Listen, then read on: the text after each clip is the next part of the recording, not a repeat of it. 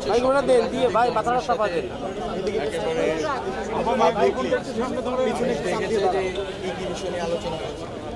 ভাই মাথাটা একটু সরাই চাপাই দেন ভাই।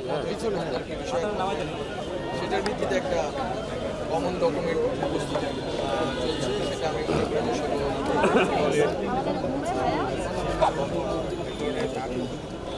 বলা যায় কম্প্রোমাইজের ভিতর দিয়ে এখন একটা জায়গায় এসে পৌঁছেছে এবং খুব শীঘ্রই মনে করি যে আমরা আশা রাখি যে 5 আগস্টের আগে এই ডকুমেন্টটা স্বাক্ষরিত হবে সকল দল কর্তৃক।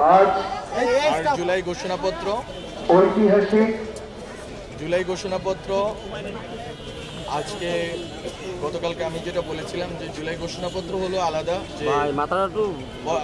যে জুলাই যে গণ অভ্যুত্থান ঘটেছিল সে গণ অভ্যুত্থানের যে স্পিরিট এবং যে আকাঙ্ক্ষা, ঠিক ওই সময় 5 আগস্টে বসে আমরা যে আকাঙ্ক্ষা নিয়ে বাংলাদেশকে চেয়েছিলাম, ওই আকাঙ্ক্ষার একটা পেপার ওয়ার্ক আমাদের থাকা দরকার, একটা দালিলিক প্রমাণ থাকা দরকার।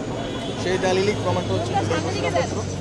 এবং জুলাই ঘোষণাপত্রে ওই আমাদের যে আমাদের যে তীব্র যে একটা আকাঙ্ক্ষা ছিল যে বাংলাদেশ পরিবর্তিত হবে, সেটার একটা রূপকল্প জুলাই ঘোষণাপত্র থাকবে। এবং এই ঘোষণাপত্র আসলে সবগুলো দলের সিগনেচারের প্রয়োজন হবে কিনা আমরা জানি এখনো।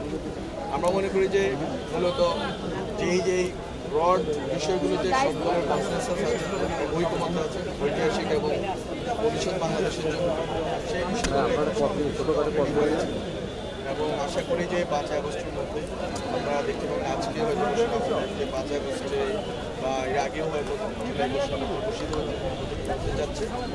এবং জুলাই ঘোষণাপত্রের মাধ্যমে এই জুলাই গণ অভ্যুত্থান যারা করেছেন, যে ছাত্র জনতা, তারা একটা তাদের একটা ডিক্লারেশনের মাধ্যমে একটা দালিলিক প্রমাণ থাকবে যে আসলে আমরা কোন কোন অ্যাসপিরেশন এবং কোন কোন ঐতিহাসিক পরিস্থিতির কারণে এখানে এসে উপনীত হয়েছিলাম, জুলাই গণ অভ্যুত্থান মাথায় দেখা আমরা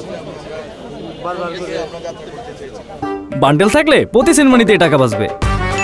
বিকাশ সেনমানি বান্ডেল কিনে জিতুন প্রতি লেনদেনে।